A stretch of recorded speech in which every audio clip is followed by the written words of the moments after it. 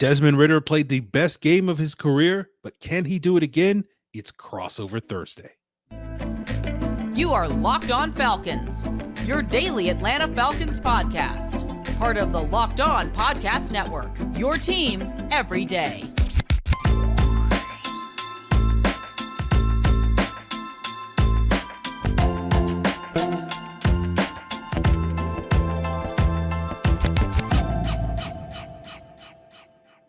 Welcome back, everyone, to another crossover Thursday. I'm your very humble host, Aaron Freeman of Locked On Falcons, joined by my good friend David Harrison, the host of the Locked On Commanders podcast. And today's crossover Thursday episode is brought to you by Prize Picks, the easiest and most exciting way to play daily fantasy sports. All you got to do is go to prizepicks.com/lockedonnfl and use code in all lowercase LOCKEDONNFL for a first deposit match up to $100. And we thank each and every one of you guys that tunes into this crossover Thursday, where we will be previewing this Week 6 matchup between the Atlanta Falcons and Washington Commanders.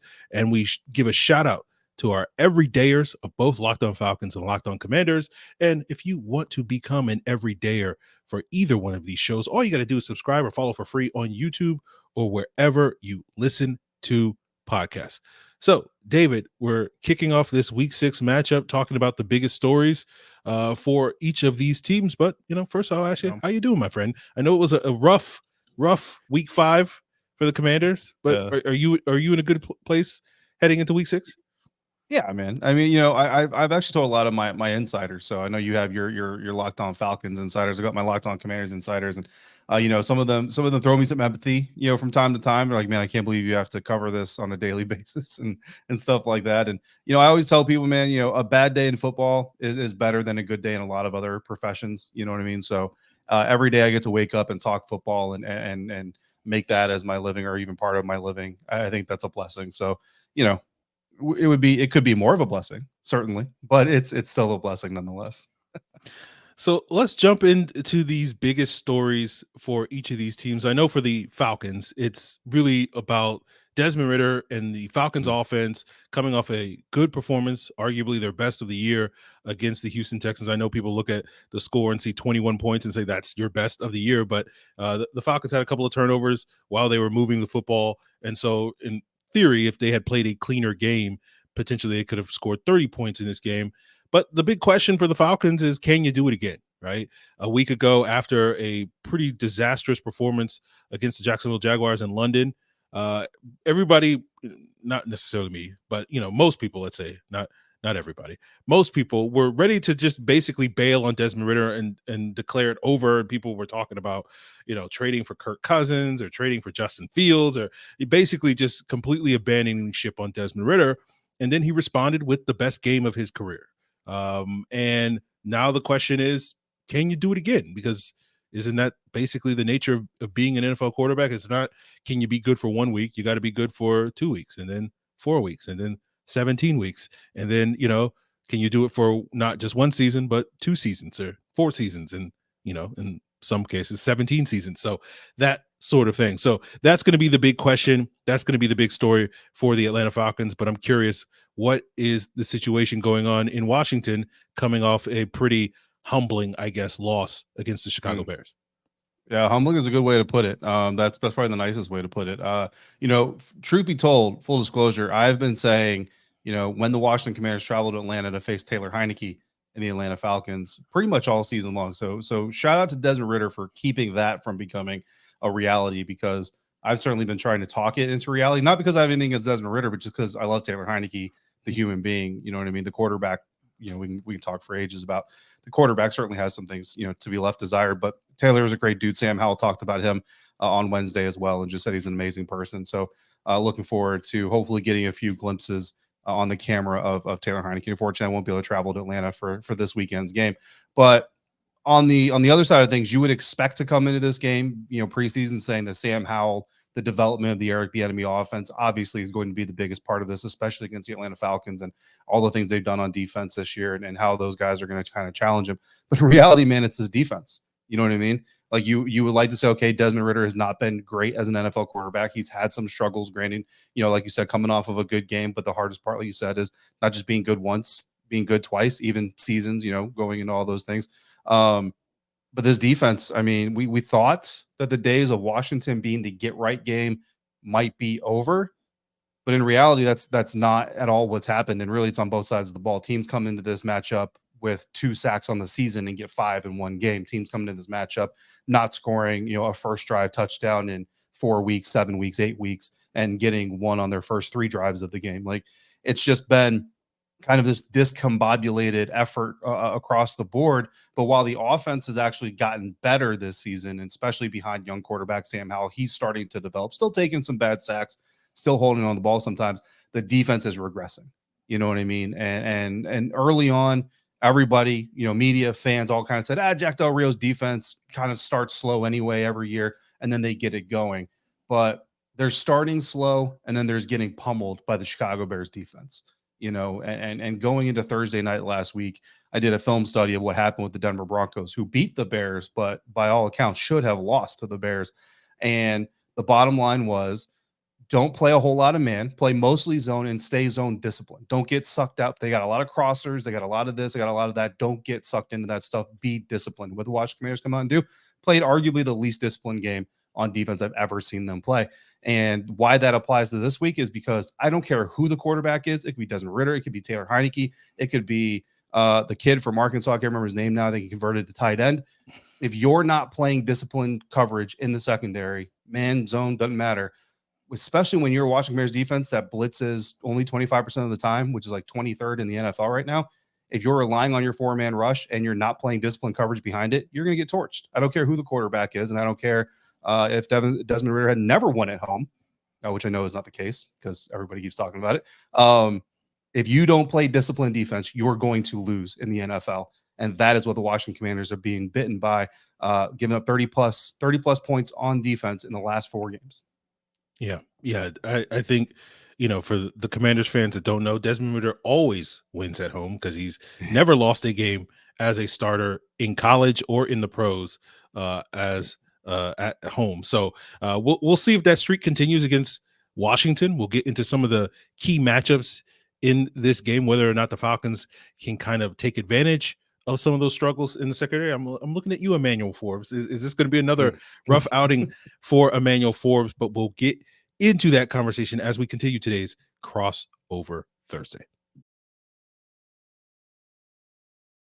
So, guys, I'm sure many of you have $10 in your pocket right now, and you probably love a way to turn that $10 into $250, and you can do that with Prize Picks, the most exciting way to play daily fantasy sports. All you got to do is pick 2 or more players, and you just pick more or less on their projected stats, and the more entries you make, the more money you can win, up to 25 times your money. And the great thing about Prize Picks is it's not you versus other people. It's just you versus the projections. I love Prize Picks for that reason. It's quick. It's easy. I can put them in like 5 minutes before kickoff, and usually I'll go more on Bijan Robinson's rushing stats, and that seems to be a pretty good money maker for myself. And I'm sure you guys can look at Sam Howell's numbers or Desmond Ridder's numbers and go more or less however you want to go. So take advantage of this quick and easy way to turn $10 into $250 by going to prizepicks.com/LockedOnNFL.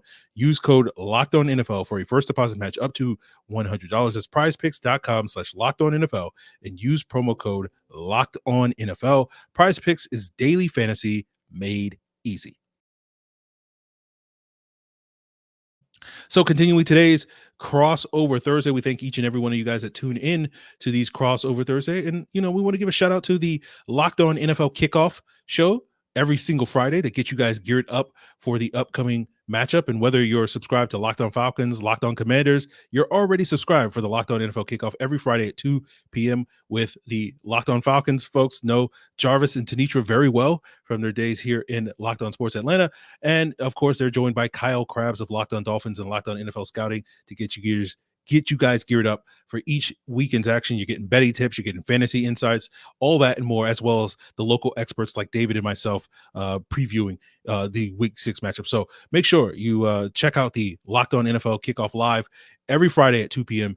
Eastern Time. So, David, with that being said, let's talk about the Falcons, Washington Commanders. I just call them Washington now because my brain just wants to call them the old name of the team, so I'll just call them Washington. Saying Commanders is just so weird to me. Yeah. let's talk about some of these key matchups. And you talked Mhm. about the secondary being a problem for Washington. And, I'm just curious to pick your brain on this. I've watched a couple of games. It seems like Emmanuel Forbes, Mm. talented player, but seems to get picked on a lot. And I think the size issues seem to be something that shows up on a weekly basis, whether it's him missing tackles and run support, whether it's a big physical receiver like AJ Brown kind of pushing him around, whether it's him biting on some double moves and whatnot. And I'm looking at the Falcons receivers, given how much size they have with Drake London and Mac Hollins, Kyle Yeah. Pitts also splitting out wide. I feel like that's a matchup advantage, but I'm just curious from your perspective, what are your thoughts on Emmanuel Forbes, and do you feel like he's playing better than maybe some of the highlights or lowlights would indicate?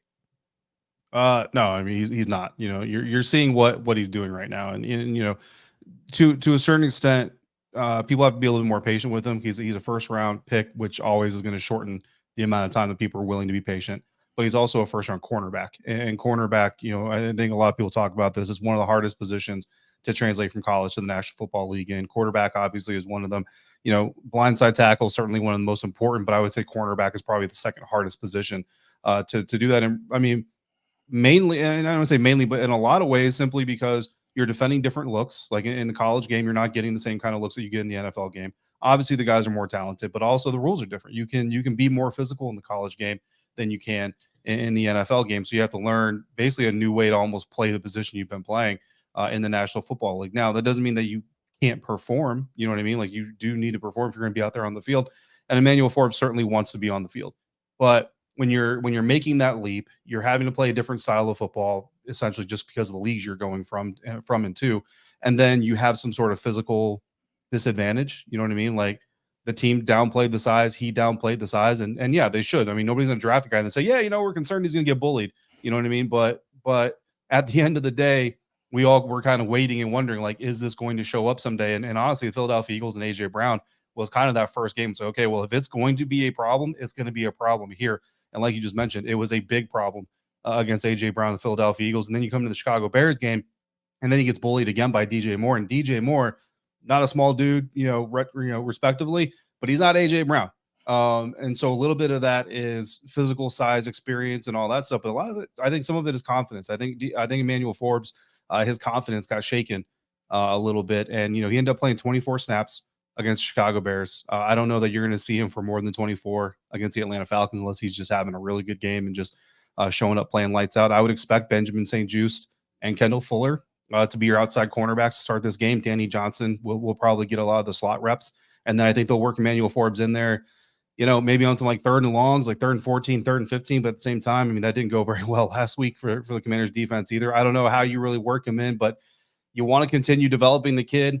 But at the same time, like this coaching staff knows they got to win, like especially Ron Rivera and Jack Del Rio. Like if there's any coach on this staff that has any job security, it's Eric Bieniemy, because there's some people who think that if Jack Del Rio and Ron Rivera get fired, Eric Bieniemy will become the head coach. Okay, well, you can stick around, but Ron Rivera and Jack Del Rio, like it's either you're in the same position you're in now next year or you're gone looking for a new job. So, they got to win games and all those things. And that only brings up more questions on why they even drafted him in the first place. But yeah, no, it's been as bad as you think it is, at least for the last couple of weeks, especially.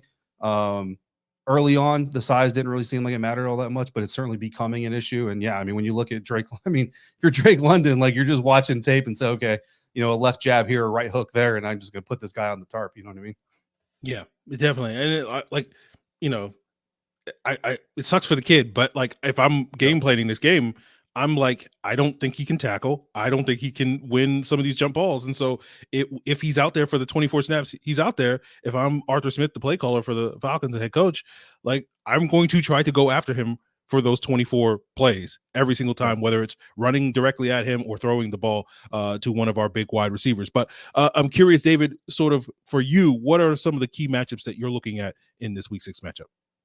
Yeah, and I'll say one more thing on Emmanuel Forbes. Honestly, like his run support, I think has actually been better than people expect him to. Like his size doesn't really seem to show up there too much. I think his technique and his intelligence on how to attack a ball carrier has actually been really impressive. But again, in the passing game, and yeah, I mean, you really don't have a choice. If you're an offensive player and you got a rookie, I don't even care if it's a good rookie. Like I know, Devin Weatherspoon, Christian Gonzalez, before he got injured, was having a good rookie season. He's a rookie. You still got to challenge him. You know what I mean? Like, let's see if you can do it this week. So certainly one that is struggling. I think, we've talked a lot about the defense, and I don't mean to bash the Commanders' defense upside the head incessantly, but it has been bad these last few weeks, so they kind of deserve it. But I think just getting away from the defense, obviously it's going to be a huge matchup for the Commanders' defense, Falcons' offense. But I'm looking at this pass rush. You know what I mean? The Atlanta Falcons, they're not exactly the most prolific, team getting after the quarterback. But again, I mentioned it, like the Chicago Bears weren't either, but they had more sacks in that Thursday night game than I believe they had all season leading up to that game. And granted, we're early in the season, but it kind of has been that get right game. And some of that has been blocking, but a lot of that has also been on Sam Howell, the decision maker. And really in that sense, it's almost Sam Howell against Sam Howell, right? Like, how is he going to react to not allowing pressure to get home? But you've got some savvy veterans there, Grady Jarrett, David Onyemata, who's a guy that, like, I've been trying to get David Onyemata signed on a team I cover for years. It feels like by the time it happens, he's going to be like on his way out of the league. But, again, nobody's going to look at this Falcons pass rush and say like, oh man, 49ers level and all that stuff. But you don't need to be 49ers level to get pressure on Sam Howell, and you don't need to be 49ers level for Sam Howell to allow it to affect him. So again, some of it is the Falcons pass rush versus the Commanders offensive line, which I'm curious to see what you think about that potential. But also some of it is Sam Howell against the internal clock and being a young quarterback and continuing his development there. Yeah, I think for Falcon fans everywhere, we've been talking about, will this pass rush get home? Because the defense has been great this year. The one thing that has not been great this year is the pass rush. And the Falcons have had to rely way too much on blitzing in order to get pressure on the quarterback. And it's worked so far this year, but you wonder if eventually that's going to be sort of an Achilles heel where, a quarterback can pick them apart. And Sam Howell, as young as he is, has played at a pretty high level that I think he is the type of guy with the weapons that Washington has, can potentially pick them apart. So I think everybody in Atlanta is hoping this is, again, another get right game for their pass rush. They have 5 sacks this year. They're hoping, maybe we can get double that number in this one game. And that has been kind of the trend against Washington so far this season. So I feel good about the Falcons, but probably only because it's Washington and their ability to get pressure on the quarterback.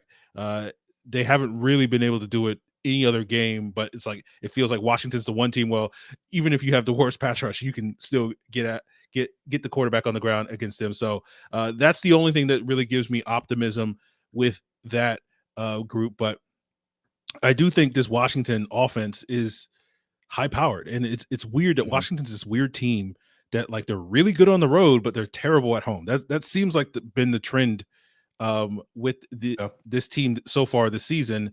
And I wonder if that's going to continue this week. But, we're talking about the Falcons pass rush getting home against Washington's offense. I'm worried about Washington's pass rush, right? Because Chase Young is balling, right? And it's not just Chase Young, but Jonathan Allen has been the guy that has decimated this Falcons offensive line the last couple of times we played them. And you have a rookie in Matthew Bergeron, and this is one of those, welcome to the NFL type of games. And Jonathan Allen has blessed a lot of Falcons left guards over the last couple of years. And I'm very worried about that. You have Caleb McGarry, who injured his knee midway through last week's win against Houston. He did practice on Wednesday, but his status is up in the air. And then that puts potentially Storm Norton, their swing tackle that they just picked up off the Saints practice squad, starting his first game in Atlanta in his second week on the team, and he's going up against Montez Sweat, who's been very good as well. So that's the big question, and we talk about Washington and what they do offensively. Like, normally, given all the pressure that they've given up and all the sacks that they've given up, normally you would see an offensive coordinator like Eric Bieniemy say, we're going to run the football and take pressure off our offensive line. And it doesn't seem like Washington's doing that, but given their past success against Atlanta, where you saw Brian Robinson really kind of dominate this matchup a year ago, you wonder, should that be the game plan for them this week? Yeah. I mean, we would love it. Listen, Eric Bieniemy has talked a lot about the need to develop a quarterback, right? And Sam Howell was asked about that on Wednesday. Like, look, he's taken the most dropbacks of every quarterback in the National Football League. Like, there's literally not a passer in this league that has dropped back to pass the ball more than Sam Howell. Now, granted, they also threw the ball. It was like 52, 55 straight times against Chicago Bears because of that deficit they were in. But, Brian Robinson. I'll say this: Terry McLaurin, like pound for pound on the offense, Terry McLaurin is the most talented player on the Washington Commanders offense. Brian Robinson is the most effective player on the Washington Commanders offense this season right now. I mean, this dude, he had 70 yards on 10 carries just a couple of weeks ago. And it's like, how does this dude only get 10 carries? Oh, by the way, he only had like 20 snaps in that entire game. So, you know, there's a very obvious emphasis by Eric Bieniemy to get Sam Howell as many reps as he can early because he wants to develop him as quickly as possible. And I think they're basically thinking like long run, we're going to need this dude to be able to uncork it down the stretch into the playoffs if we make it that far, all these things. And I understand that, but also to a certain extent, like get your offense rolling, you know what I mean? And try it out. Now, I will give EB some credit. The last couple of weeks against Philadelphia and against Chicago Bears, it looked like he was trying to get Brian Robinson more involved. He was trying to get the running game going a little bit earlier than usual, but the scoring margins, I mean, the defense hasn't really given them the opportunity to kind of rely on the ground. And then against Chicago Bears, they're just getting boat race. So you can't, you have to essentially turn to the pass.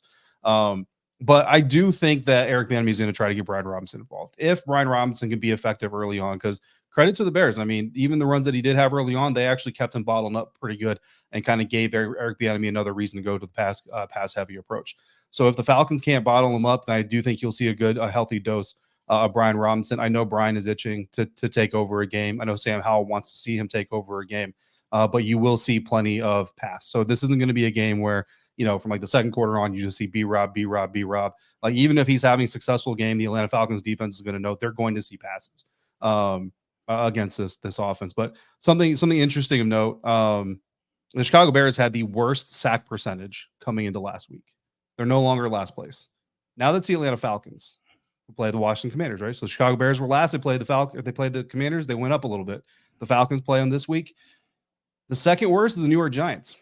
The Commanders play the Giants next week, Aaron. So if the Atlanta Falcons can rise out of that last place spot, the Giants it'll be the third week in a row the Commanders face the worst sack percentage team in the NFL, and potentially the third week in a row they allow them to climb out of that basement ranking. It's just interesting.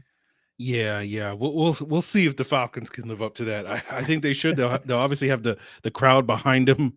Yeah. You know, I think the good thing if you're a Washington fan and you want to see more Brian Robinson is the Falcons aren't a team that's gonna, you know, put up 17 points in the first quarter and make it a sort of force Washington to have to throw the ball to get back into the game, like kind of like Chicago did, or however many points. It was so many points I lost count, David. I don't know how many points it was.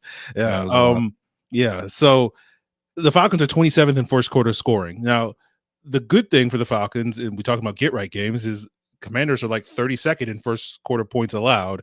So hopefully the Falcons will sort of change that narrative. But based off of how things have gone so far this season, it's really been the fourth quarter that is where the Falcons have shined, especially at home. And so, you know, every game so far has been pretty much a low scoring game going to the fourth quarter. And that's when the Falcons kind of put it on. So I think that may be a formula for success for Washington in terms of getting off to a fast start. And we'll talk about more of the ways that each of these teams can win as we wrap up today's crossover Thursday. So, guys, I want to tell you about Jace Medical, who are providing you with the Jace case, which includes 5 life-saving antibiotics for emergency use. And you're probably wondering why you need to stock up on antibiotics, but we live in a hectic world, right? There's supply chain shortages, there's natural disasters, there's potentially pandemics that could hit again, and you don't want to be stuck in a situation where you don't have access to these life-saving medications. So it doesn't hurt to be prepared more now than ever. And I personally deal with sinus infections, ear infections a bunch, and Jace Medical makes getting access to those antibiotics that can solve those problems very simple. All you got to do is fill out a simple online form, and you get those potentially life-saving antibiotics sent right to your door. Everybody should be empowered to care for themselves and their loved ones during the unexpected. And now you can save more than $360 by getting these life-saving antibiotics with Jace Medical, plus an additional $20 off by using the code locked on at checkout at jasemedical.com. That's Jace Medical, JASE medical.com, promo code locked on. So, David, wrapping up today's crossover Thursday here, we want to give another shout out to the everydayers that tune into Locked On Falcons and Locked On Commanders. We talked a little bit about some of the key matchups in this game. I'm curious, sort of, what's the formula for success for Washington? How do they win this game? And if you're so willing, you know, maybe a score prediction for the listeners out there with what you think is going to happen in week 6. Yeah, you gotta play disciplined defense, right? I mean, and to a certain extent, like that's kind of like a no duh type of deal. But again, when you have a defense that had such a terrible showing in Thursday night, and it's a short week, and people are going to kind of use that as a little bit of an excuse. But that, to me, that's not an excuse. Like discipline, you're either disciplined or you're not. You know what I mean? And what the Washington Commanders showed in week 5 is that they're not. So they got to come back and they've got to play that discipline. And what's going to be harder to do that is, starting safety Derek Forrest, who wasn't perfect by any means himself on Thursday night, is now on IR. So he's not going to be playing in this game, which means Percy Butler, second year, young safety. So that's obviously not an upgrade. That's, definitely going to be something that the Atlanta Falcons are probably going to try to target. If Emmanuel Forbes isn't on the field, maybe I take a couple shots at Percy Butler, especially if I get him in a single high look or, get him manned up on somebody. Behind him, Jeremy Reeves, their all-pro special teams player. And we know special teams, nobody really talks about it until it impacts the game. Well, this, again, you lose your all-pro special teams player. Now the Falcons have the opportunity to make their special teams a little bit more impactful because of that. And now your depth at safety is also wounded. So, I mean, they lose 2 safeties to IR in the same weekend, coming off of a terrible performance by the defense. There's just a lot stacked up against the defense. And then you talk about that pass rush, and, we all have heard about the first-round picks. I mean, there's 6 first-round picks alone on this Commanders defense right now that are active. But really, I mean, the stats look good, but the pressure rates are not as good. And then a lot of those pressures are coming because quarterbacks are holding the ball. And the amount of times that the Washington Commanders pass rush is getting stood up versus the amount of times just winning off the line and dominating are really kind of staggering. People are they're doubling Daron Payne because I think of what he did last year, and that's becoming effective, which is why his numbers aren't so good. So I expect the Atlanta Falcons to do a lot of that too. So again, if that back end doesn't give the pass rush time to get home, and the pass rush can't get off of guys and win, off the line of scrimmage, then I think it could be a long day for them. So task number 1, again, 6 weeks in, I'd be shocked to know that I was going to say this in August, that defense has got to stand up. Yeah, definitely. This game is interesting because Washington has been so up and down. Like when they're good, they're good. When they're bad, they're pretty bad. And as I said earlier, like they've been much better on the road than they have been at home this year. Atlanta has been far better at home than they are on the road. So this is potentially a game where if that trend continues, that you'll see the best versions of these teams. And for me, like I look at it and I kind of feel like the best version of Washington is maybe a better team than the Falcons, just because they have the firepower it through the air, as well as the potential with Brian Robinson, who's a player I absolutely adore. He was my favorite running back in that draft class. To really pound it. And then what the defense has the potential to do, which we haven't consistently seen them do, like that feels like a better team. So I think for the Falcons, their key to success is get off to a fast start. That's been something a lot of teams have been able to do against Washington. And if the Falcons can do that, then they can stay committed to what they do best, which is running the football. And hopefully they'll be able to sprinkle in a couple of explosive plays off of play action against Washington. Obviously, Washington has given up a ton of those this season, especially last week against the Bears. And that will be their formula for success. And then hopefully it'll probably be a close game going in the fourth quarter, and that's where the Falcons have shined the best. They've outscored their opponents at home this year in the fourth quarter 41-7. And so I feel like if they keep doing what they do and it doesn't get out of hand and they can sort of keep a lid on that Washington offense early in the game, they should be fine. And that should allow them to, win this game, probably not by a huge margin, but, like a 27-24 type of win at the end of the day. But David, any other last thoughts that you want to share with the folks before we duck out of here on this crossover Thursday? I agree with you. I think, like, if you were looking at this thing on paper, honestly, I think the Commanders have the leg up here. And I think the Commanders should be a team that's looked at as the favorites. I know on FanDuel they're the underdogs in this matchup. I think they've earned that after the way they played against Chicago Bears.